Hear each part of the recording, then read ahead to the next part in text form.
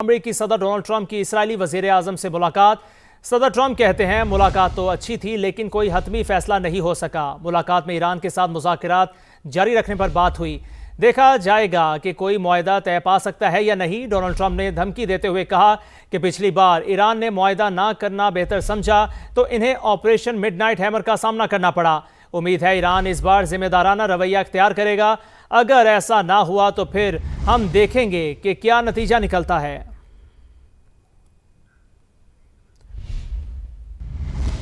دھمکیوں اور دھونس پر مذاکرات ممکن نہیں ہوں گے، ایران نے واضح کر دیا۔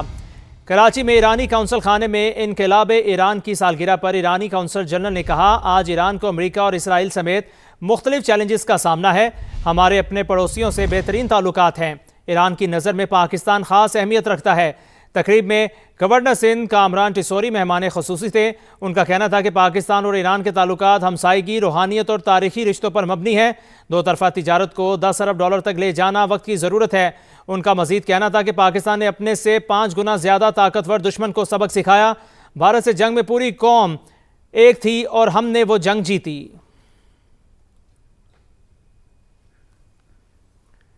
اب آپ کو بتائیں پشاور کے علاقے فقیر آباد افغان کالونی میں ڈکیتی کے دوران نوجوان کو قتل کرنے والے مبینہ ڈاکو پولیس مقابلے میں مارے گئے۔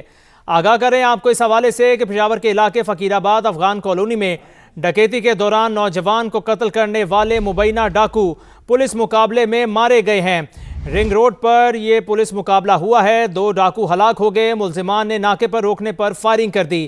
پشاور کے علاقے فقیر آباد افغان کالونی میں ڈکیتی کے دوران نوجوان کو قتل کرنے والے مبینہ ڈاکو پولیس مقابلے میں مارے گئے ہیں۔ ملزمان نے ناکے پر روکنے پر فائرنگ کر دی۔ رنگ روڈ پر مبینہ پولیس مقابلہ ہوا۔ 2 ڈاکو ہلاک ہو گئے۔ سینٹ کی قائمہ کمیٹی برائے تعلیم کا Pakistan institute of fashion designing کی 25 سال سے تعینات عبوری وائس چانسلر کو عہدے سے ہٹانے کا حکم چیئرپرسن بشرا انجم بٹ نے انہیں کمیٹی کے اجلاس میں شرکت سے بھی روک دیا۔ کمیٹی چیئرپرسن نے رولنگ میں قرار دیا کہ PIFD کی عبوری وائس چانسلر کے خلاف اختیارات کے ناجائز استعمال اور مالی بے ضابطگیوں کے ٹھوس شواہد موجود ہیں۔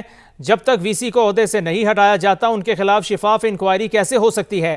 چیئرپرسن نے انکشاف کیا۔ ایوان صدر کی جانب سے بتایا گیا کہ Pakistan institute of fashion designing کے عبوری VC کی تعیناتی کے لیے صدر سے منظوری نہیں لی گئی تھی۔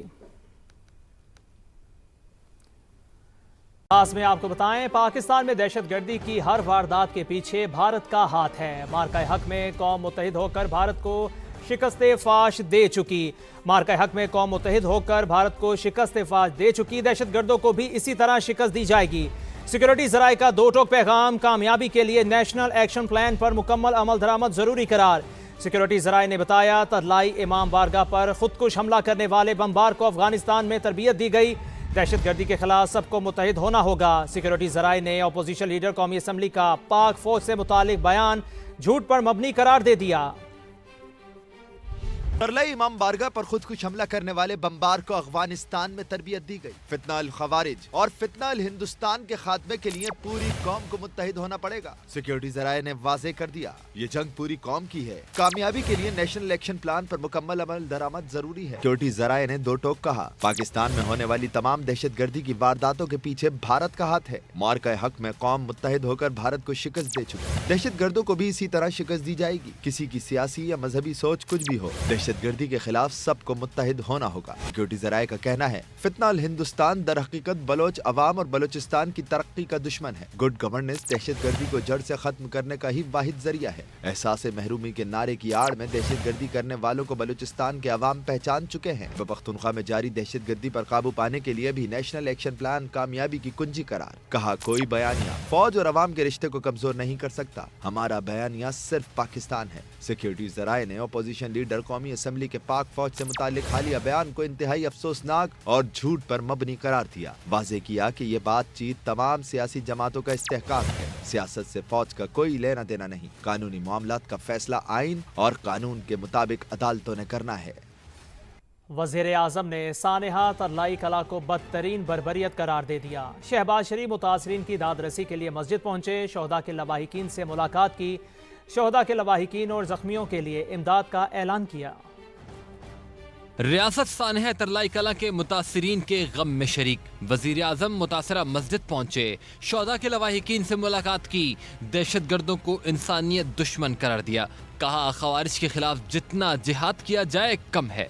نوجوان بیٹے بچے ستون کو شہید کیا گیا، اس سے بدترین بربریت کا کوئی مثال نہیں۔ دہشت گرد ہیں، نہ ان کا مذہب ہے نہ ان کا کوئی دین، ان کے خلاف جتنا بھی جہاد کیا جائے وہ کم ہے۔ وزیر اعظم نے کہا دہشت گردی کے واقعے نے قوم کو اکٹھا کیا، تفریق پیدا کرنے کی ناپاک کوشش دفن ہو گئی۔ یہ جو واقعہ ہوا ہے اس نے پوری قوم کو اکٹھا کیا، یہ جو ناپاک سازش تھی مسلمانوں میں تفریق پیدا کرنے مکمل طور پر دفن ہو گئی ہے۔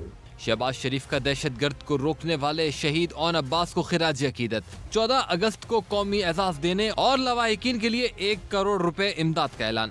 اون عباس اس کی جو قربانی ہے پوری قوم اس کو ہمیں سنہرے حالات میں یاد رکھی۔ اس بچے کے لیے اس کے گھر والوں کے لیے 1 کروڑ روپے کا میں اعلان کرتا ہوں، اور باقی جو شہداء ہیں ان سب کے لیے 50 لاکھ روپے فی کس انشاءاللہ 14 اگست کو اس کو میڈل دیں گے۔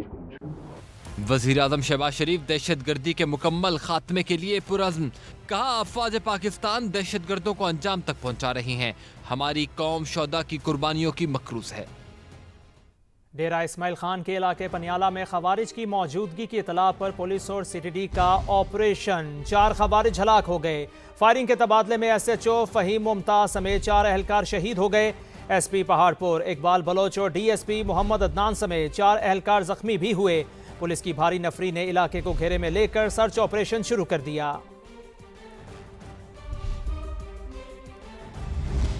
وزیر اعظم کا نیپرا کے سولر سے متعلق نئے ریگولیشنز کے اجراء کا نوٹس، پاور ڈویژن کو فوری نظر ثانی اپیل دائر کرنے کی ہدایت کر دی۔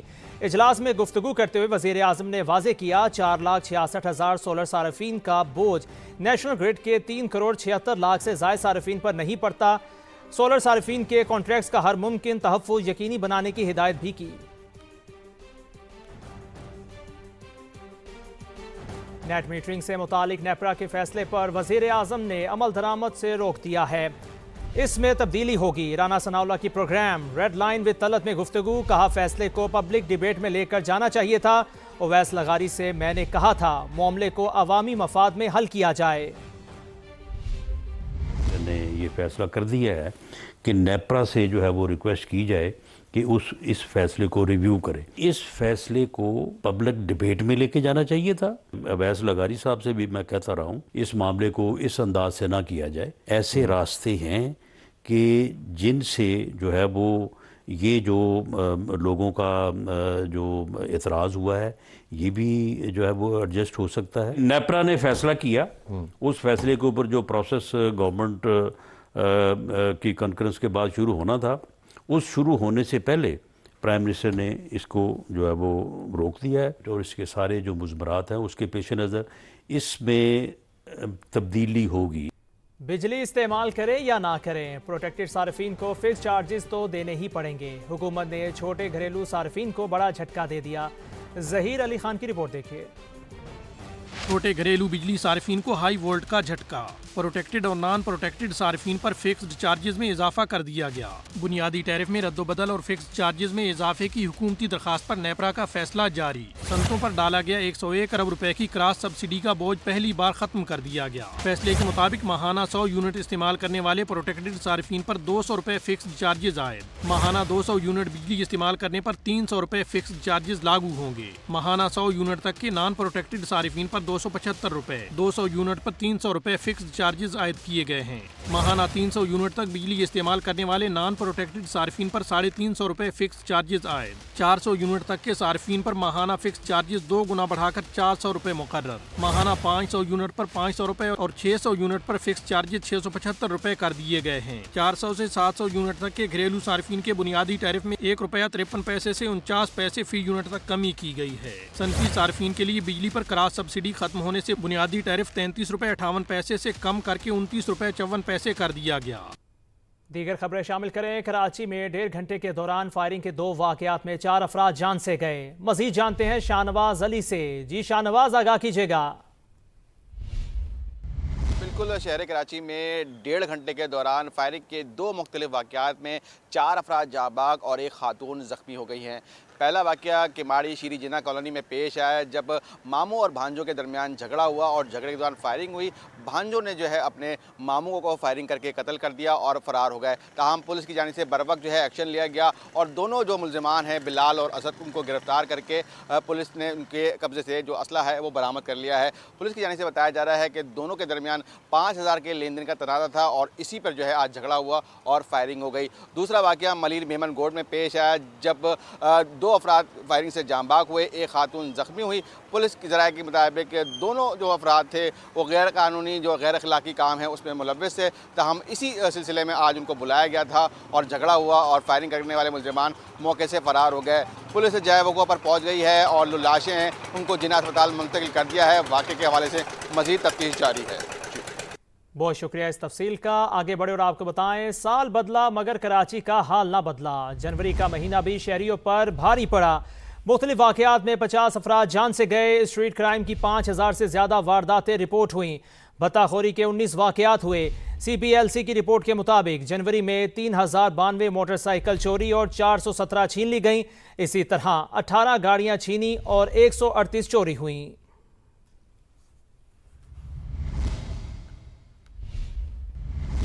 کراچی میں رواں سال کی سب سے بڑی اور کروڑوں روپے کی ڈکیتی۔ 8 روز بعد بھی ملزمان قانون کی پکڑ میں نہ آ سکے۔ پولیس کے روایتی دعوے بتایا گروہ کی نشاندہی اور شناخت ہو چکی۔ گینگ واردات کے بعد فوری کراچی سے فرار ہو گیا تھا۔ ملزمان جلد گرفتار ہوں گے۔ تفتیشی حکام کے مطابق ڈکیتوں نے بہادرآباد میں 3 فروری کو شہری سے $1,00,000 اور 200 تولے سونا لوٹ لیا تھا۔ ابتدائی تحقیقات میں مدعی کی غلط معلومات یا ملازم کے ملوث ہونے کے شواہد نہیں ملے۔ متاثرہ شہری کے گھر تک لگے CCTV کیمروں سے تفتیش میں مدد ملے گی۔